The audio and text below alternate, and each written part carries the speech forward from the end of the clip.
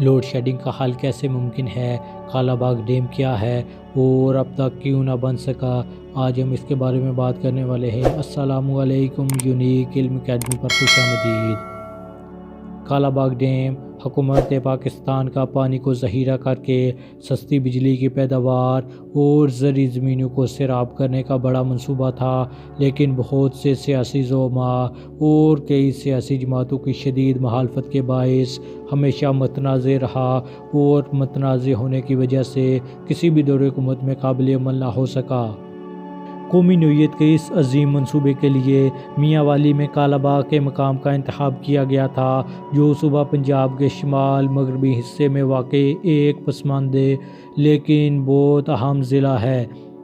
Kala Bagh dam کا منصوبہ اپنے اعلان اور تیاری کے مراحل سے پہلے ہی متنازع بن گیا تھا۔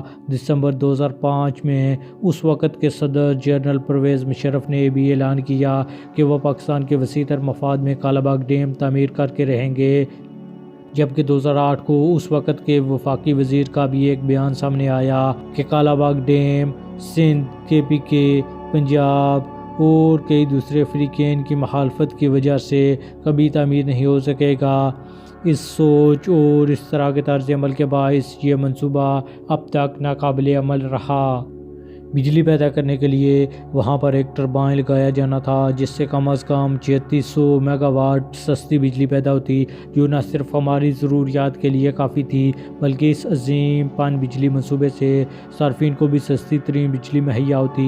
مقامی کارخانہ دار اس سستی بجلی سے پورا فائدہ اٹھاتے اور یوں کارخانوں اور فیکٹریوں میں تیار کردہ مصنوعات کی قیمتوں میں بھی خاطر خواہ کمی دیکھنے میں آتی، مگر ایسا نہ ہو سکا۔ صوبوں کا اس حوالے سے اپنا ایک خاص نقطہ نظر تھا اور بلوچستان، پنجاب، سندھ اور KPK اس ڈیم کی مخالفت پر اتر آئے اور رہنماؤں کے بیان بھی اس کی مخالفت میں آنے لگے، تو اس منصوبے کو روک دیا گیا۔ حالانکہ اس منصوبے کی تکمیل سے ملک میں لوڈ شیڈنگ کا مسئلہ ہمیشہ کے لیے حل ہو سکتا تھا۔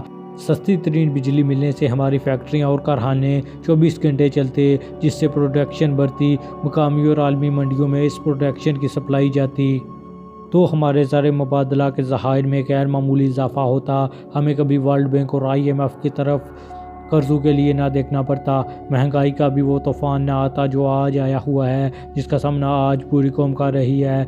پاکستان میں جو بھی حکومت آئی اس نے کہا کہ کالا باغ ڈیم ضرور بننا چاہیے کیونکہ یہ ملکی مفاد میں ہے۔ اس منصوبے پر پچھلی 3 دہائیوں میں بات ہوئی، لیکن چاہے ڈیم کے مخالف زیادہ طاقتور ہیں کہ تمام حکومتوں نے ان کے آگے سر جھکایا اور سرنڈر کیا۔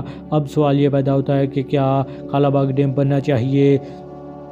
یہ بہت بڑا سوال ہے جو آج ہر محب وطن پاکستانی کرتا ہے۔ تو دوستو، آپ کو بتاتے چلیں کہ یہ ڈیم بننا بہت ضروری ہے کیونکہ اس سے ہمارے بہت سے مسائل حل ہو سکتے ہیں، مثلاً لوڈ شیڈنگ اور مہنگائی کا مسئلہ وغیرہ۔